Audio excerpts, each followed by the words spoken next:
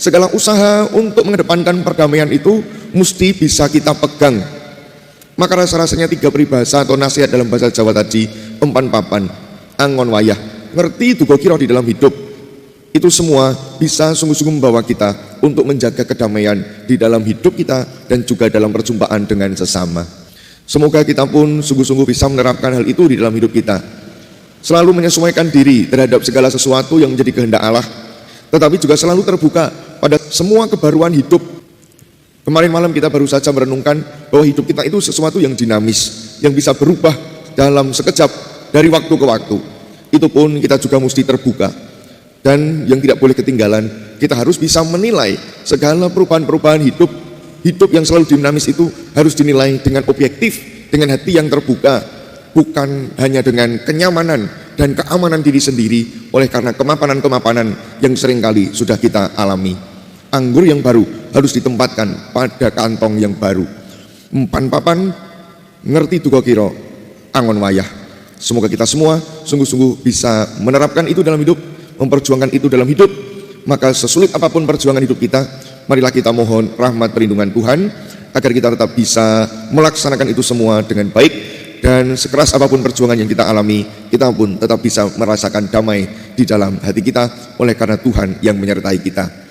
Ku sujud Allahku di sudut rumahmu, walau tak lagi pantas mengabdi, hasratku tak henti, dan aku kan berseru padamu, Tuhan maafkan daku.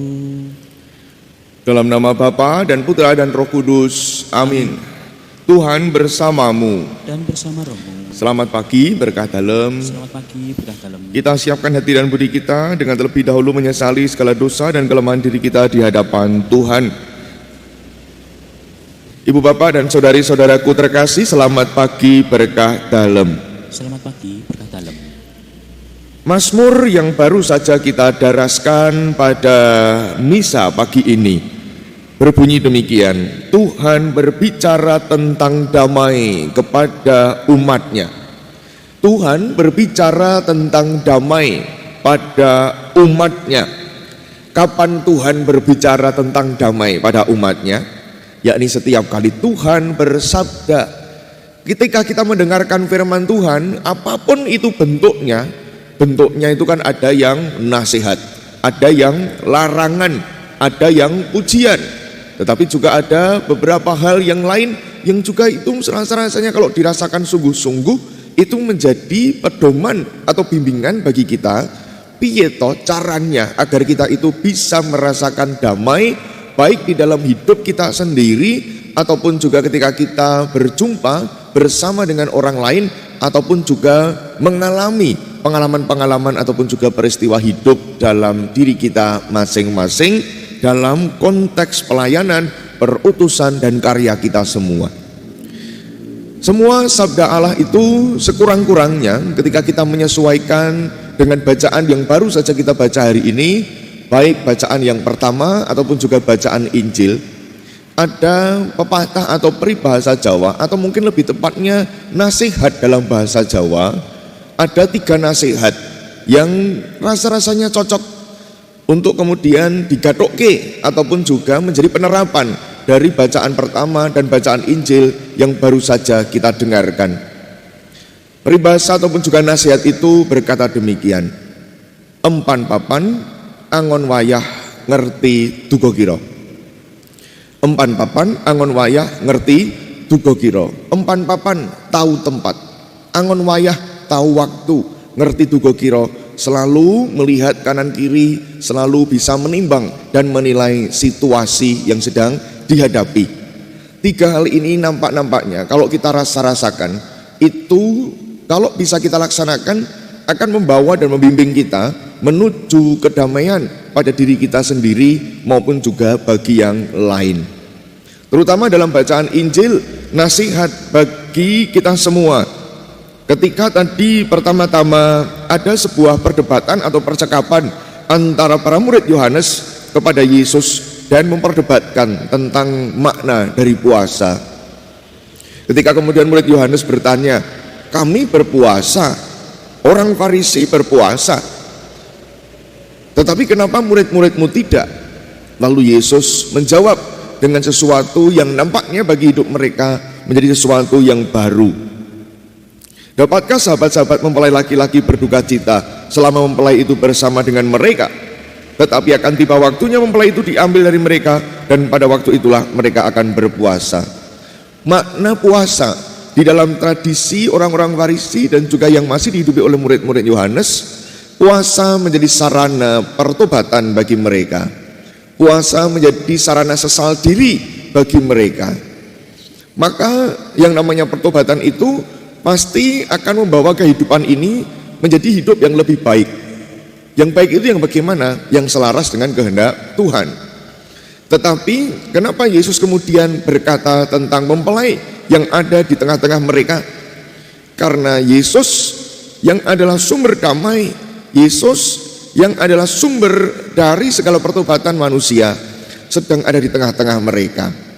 Barang siapa percaya dengan Yesus, barang siapa hidupnya selalu bersama dengan Yesus, barang siapa hidupnya selalu selaras dengan apa yang menjadi pedoman dan bimbingan Yesus, maka di sanalah mereka mengalami pertobatan.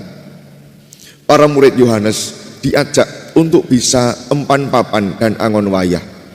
Kowe saiki karo aku, bareng karo aku. Wes ayo melu aku. Ini yang sebenarnya pengen dikatakan oleh Yesus bagi mereka. Maka nasihat yang berikutnya pun juga akan membawa para murid kepada sesuatu cara pandang yang baru. Tak seorang pun menambalkan secarik kain yang belum susut pada baju yang tua, karena jika demikian kain penambal itu akan mencapik baju itu, lalu makin besarlah koyaknya.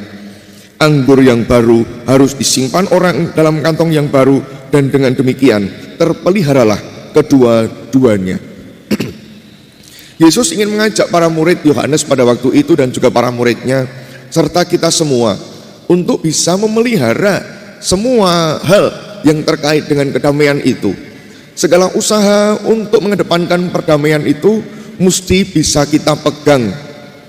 Maka rasa-rasanya 3 peribahasa atau nasihat dalam bahasa Jawa tadi, empan papan, angon wayah, ngerti duga kira di dalam hidup, itu semua bisa sungguh-sungguh membawa kita untuk menjaga kedamaian di dalam hidup kita dan juga dalam perjumpaan dengan sesama. Semoga kita pun sungguh-sungguh bisa menerapkan hal itu di dalam hidup kita. Selalu menyesuaikan diri terhadap segala sesuatu yang menjadi kehendak Allah, tetapi juga selalu terbuka pada semua kebaruan hidup. Kemarin malam kita baru saja merenungkan bahwa hidup kita itu sesuatu yang dinamis, yang bisa berubah dalam sekejap dari waktu ke waktu. Itu pun kita juga mesti terbuka. Dan yang tidak boleh ketinggalan, kita harus bisa menilai segala perubahan-perubahan hidup yang selalu dinamis itu harus dinilai dengan objektif, dengan hati yang terbuka, bukan hanya dengan kenyamanan dan keamanan diri sendiri oleh karena kemapanan-kemapanan yang seringkali sudah kita alami. Anggur yang baru harus ditempatkan pada kantong yang baru. Empan papan, ngerti duga kira, angon wayah. Semoga kita semua sungguh-sungguh bisa menerapkan itu dalam hidup, memperjuangkan itu dalam hidup. Maka sesulit apapun perjuangan hidup kita, marilah kita mohon rahmat perlindungan Tuhan agar kita tetap bisa melaksanakan itu semua dengan baik, dan sekeras apapun perjuangan yang kita alami, kita pun tetap bisa merasakan damai di dalam hati kita oleh karena Tuhan yang menyertai kita. Dimuliakanlah Allah kini dan sepanjang segala masa. Amin. Kita hening sejenak. Marilah menyatakan misteri iman kita. Wafat-Mu Tuhan kami wartakan,